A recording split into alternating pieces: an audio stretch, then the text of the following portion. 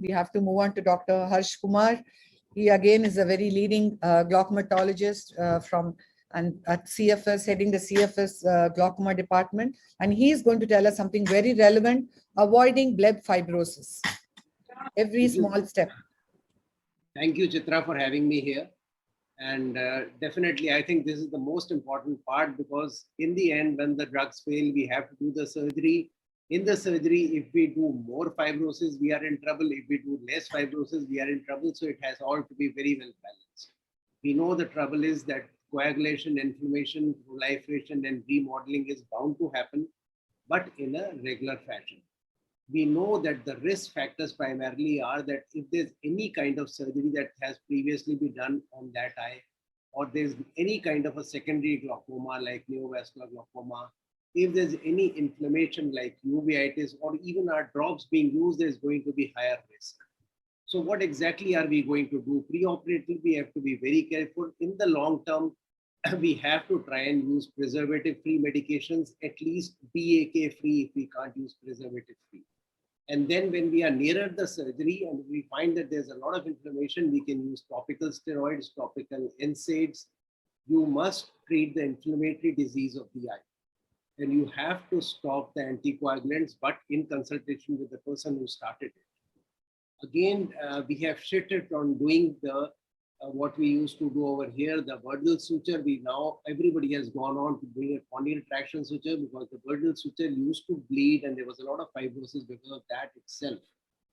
Again, what flap are we going to use? Yes, we were all taught with the limbus-based flap, but we have now mostly shifted to the Fornix-based flap, because all the complication, including leakage, blebitis, and endophthalmitis, is much more in the other ones. So the Fornix-based flap can give you a easier surgery and lesser fibrosis post-operative.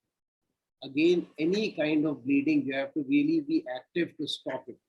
And the pressure would be first, be very careful, don't do excess cautery at the edges, because that is going to be creating a trouble. But whenever there's a bleed, the first thing is to put pressure, put some adrenaline over there, do some cautery over there. You can even put some visco, which really helps, as we have seen a long time. How should the filtration area be positioned? Be very careful.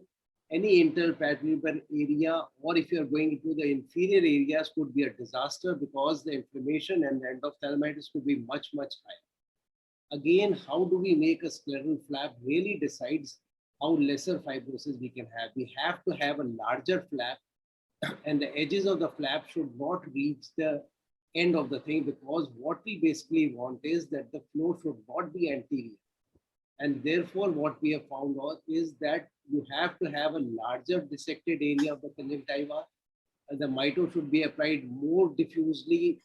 You have to have posterior flow, because we have stopped short with your scleral flap more anteriorly. And then obviously you have to have adjustable sutures, so that you can release them whenever you want. Antimetabolites are a critical part, and obviously Mitomycin C and 5, if you have been there with us for a long time, primarily it is Mitomycin C that we are using now. And obviously it gives us a better chance. We can do suturolysis and suture removal at a later date also. And hypotony, but hypotony and excessive filtration are always dangers that we must look for. You all know how to use it. What people have done is now, instead of moving from a higher concentration, they are applying lesser concentration, more diffusely. And depending upon what kind of glaucoma you have and what is the challenge of fibrosis, if larger the chances of fibrosis, you can actually put it for longer time, varying from anywhere from 90 seconds to almost 4 minutes. But people have gone on to lesser timings and lesser concentrations. You can always use 5FU operatively or post-operatively. And obviously one can also use anti-VEGF, as we reported in ophthalmology. The idea of this was, though it is expensive, you can put 0.05 ml over there. Whenever, the moment you finish your surgery, the great advantage is that it prevents fibroblast migration, it prevents wound healing, it prevents vascularization. And in cases where mito cannot be used, especially in high myopes, this drugs works wonders.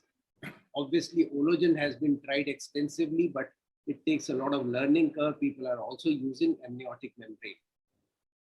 You can use post-operatively, you can use mitomycin C drops in a 10 cc vial of TSHU2, add 2 milligram of the vial, and you can use it 2 to 3 times a day. People use mitomycin C swabs for 2 to 4 minutes. It can be 0.02 or 0.04. And you can do early suturolysis, or you can do a removal if you have a releasable suture. And the moment you press, the bleb is well formed. You can do needling if the bleb is failing, and you can use mitomycin or 5-FU after you have done the needling. And there are newer methods like radiation and genetic manipulation, which are still in the realm of trial. And the most important thing I feel is that you have to prevent, you have to use pre-operative steroids or NSAIDs. You have to tailor your surgery, use post-operative antifibrotics or needling if required. And the most important thing, that you must pray. Thank you very much for your kind attention. Thank you very much, Dr. Harshul. You covered it all. Just one simple question. How soon or how late would you remove a releasable suture? And very, very rarely, if a person has gone and done a trap without a mitomycin, how soon would you remove the releasable in that? If you have put mitomycin, you can actually wait for 3 weeks, but it all depends. If the fibrosis is fast, you're doing a massage, but it's not succeeding very well, then you should immediately remove the suture. So it could be as early as 1 week. It could be as late as 4 to 5 weeks. Dr. Shushmita, you think different? Yeah, the intraocular pressure would define it, and but I would be very wary of removing it before 1 week, because then you could land up. Just a massage would probably suffice, but as Dr. Harsh said, 1 to 3 to 4 weeks anytime.